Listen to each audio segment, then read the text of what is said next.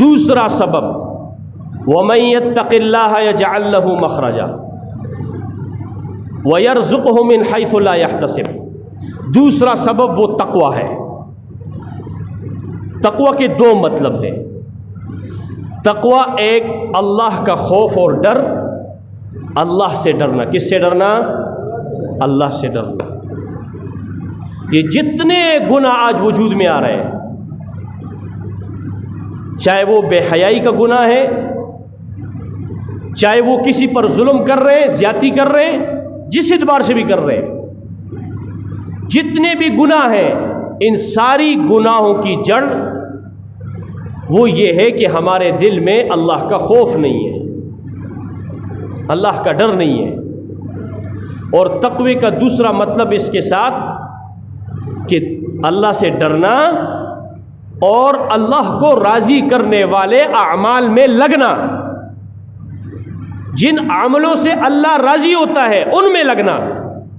اپنے اس 5 fit 6 fit جسم کو اللہ کو راضی کرنے والے اعمال میں لگانا، یہ ہمارے اختیار میں ہے، یہ اللہ نے ہمارے اختیار میں دیا ہے۔ ہمیں اللہ نے باندھا ہوا نہیں ہے بالکل۔ ایک پاؤں کسی عالم سے پوچھا گیا کہ اللہ نے بندے کو کتنا اختیار دیا، تو انہوں نے کہا ایک پاؤں اٹھاؤ۔ اس نے ایک پاؤں اٹھایا، کہا دوسرا اٹھاؤ، کہا دوسرا تو نہیں اٹھا سکتا۔ فرمایا بس اتنا اختیار انسان کے پاس ہے، ایک پاؤں اٹھا سکتا ہے کہ نہیں اٹھا سکتا۔ یہ گھر سے چل کر مسجد میں آ سکتا ہے، یہ نماز پڑھ سکتا ہے، یہ ذکر کر سکتا ہے، یہ قرآن کی تلاوت کر سکتا ہے، یہ گناہ سے بچ سکتا ہے۔ یہ مسلمان کے اندر اللہ نے طاقت رکھی ہے، اس لیے تو جنت اور دوزخ ہے۔ تو دوسرا راستہ جو ہے نا وہ مسلمان کے پاس تقوی ہے، اللہ سے ڈرنا، اور اللہ کا وعدہ ہے وَمَن يَتَّقِ اللَّهَ يَجْعَل لَّهُ مَخْرَجًا، کہ جو تقوی اختیار کرے گا اللہ اس کے لیے ہر تنگی میں سے راستے نکالیں گے۔ کیا نکالیں گے؟ راستے۔ مولانا سعد صاحب دامت برکاتہم فرماتے ہیں اگر ایک آدمی زمین اور آسمان کے درمیان پھنس جائے، اس کے اوپر آسمان گر گیا اور نیچے زمین ہے، بتاؤ بھائی نکلنے کا کوئی راستہ ہے؟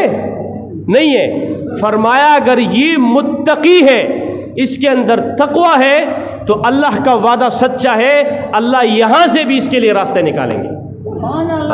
اللہ کے وعدے ان اللہ لا یخلف المیعاد۔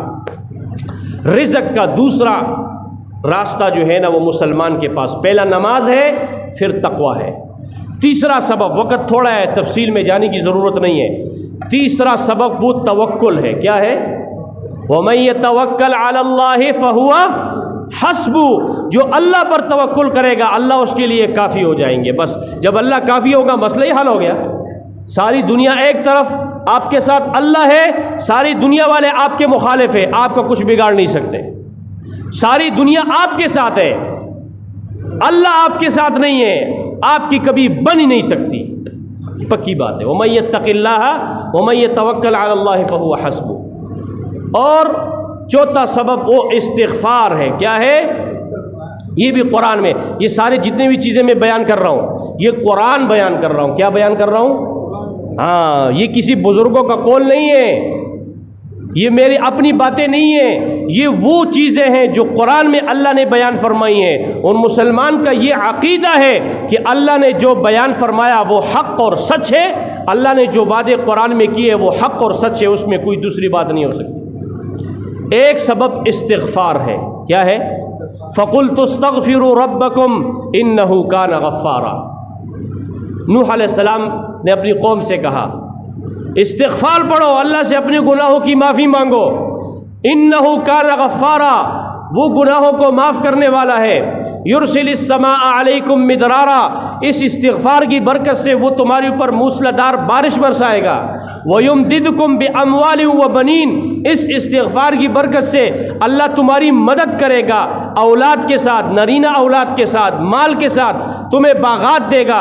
وَيَجْعَلْ لَكُمْ جَنَّاتٍ وَيَجْعَلْ لَكُمْ أَنْهَارًا، تمہیں باغات بھی دے گا، تمہیں نہریں بھی دے گا، تمہارے پانی کے مسائل بھی حل، تمہارا رزق کا مسئلہ بھی حل، تمہاری پریشانیاں بھی دور.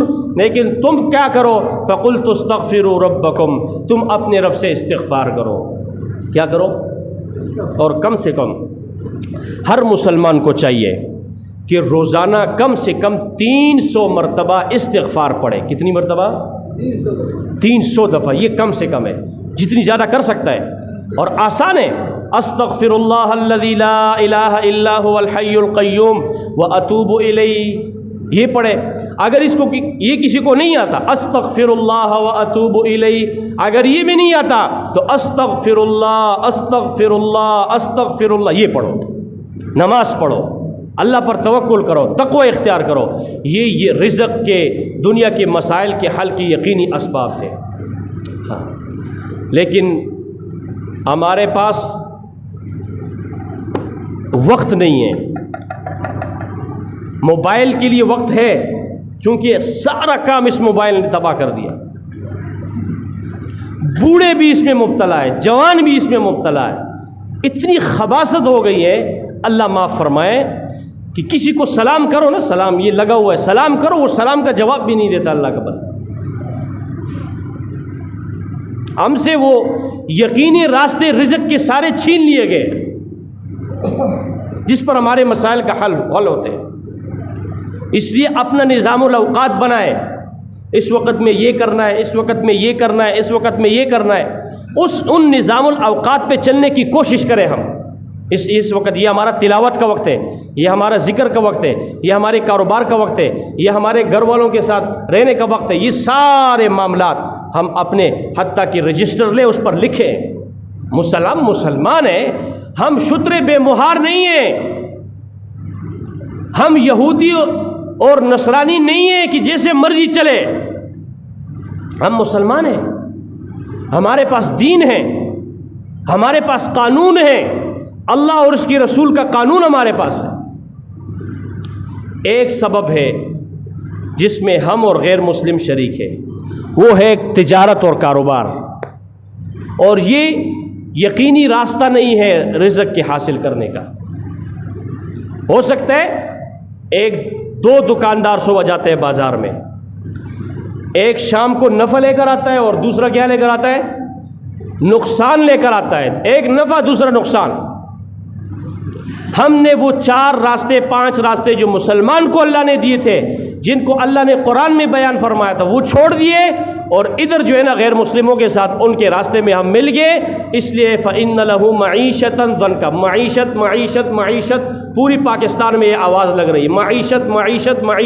معیشت تنگ ہو چکی ہے. اللہ نے کہا فَإِنَّ لَهُ مَعِيشَةً ضَنْكَ، میں معیشت کو تنگ کروں گا.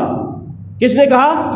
وَمَنْ أَعْرَضَ عَنْ ذِكْرِي، جو میری ذکر سے، میرے دین سے، نماز سے اور ذکر سے، تلاوت سے، رسول پاک صلی اللہ علیہ وسلم کی زندگی سے، دین سے منہ موڑے گا، دین کو اختیار نہیں کرے گا، اپنی مرضی پر زندگی گزارے گا اور دین کو جو ہے نا پسی پش ڈالے گا، دین کو رون دے گا، اللہ کی احکامات کا مذاق اڑائے گا، دینداروں کا، علماء کا مذاق اڑائے گا. اللہ فرماتے فَإِنَّ لَهُ مَعِيشَةً ضَنْكَ، تمہاری معیشت تنگ ہے، تم جو مرضی کرو، جہاں سے مرضی لا کر وزیر خزانہ بناؤ، وزیر قانون بناؤ، وزیر فلانا بناؤ، فلانے کے ساتھ معاہدے کرو، اس کے ساتھ معاہدے کرو، فلاں سے قرض لو، ان سے قرض لو. اللہ کی قسم یہ مسئلہ اس وقت تک حل نہیں ہو سکتا جب تک ہم واپس نہیں ہوں گے. کیا نہیں ہوں گے؟ ہمارے اندر واپسی نہیں ہوگی. کس کی طرف؟ اللہ کی طرف. اللہ کی طرف. میں بھی مجرم ہوں، آپ بھی مجرم ہیں، ہمارے حکمران بھی مجرم ہیں، ہمارے تاجر بھی مجرم ہیں، ہمارے کاروبار بھی مجرم ہیں، ہمارے عورتیں بھی مجرم ہیں، مرد بھی مجرم ہیں، ہم سب مجرم ہیں. اس میں کسی کی طرف کوئی اشارہ نہیں ہے. ہم سب مجرم ہیں. ہم سب کیا ہے؟ سنیے چنیے اپنی دھن، پرائی دھنی کا پاپ نہ بن، تیری روئی میں 4 بنولے، سب سے پہلے ان کو چن. سب سے پہلے میں اپنے اندر دیکھوں اور پھر ہم دوسروں کو ٹھیک کرنے کی کوشش بعد میں ہے. سب سے پہلے کس کو ٹھیک کرنا ہے؟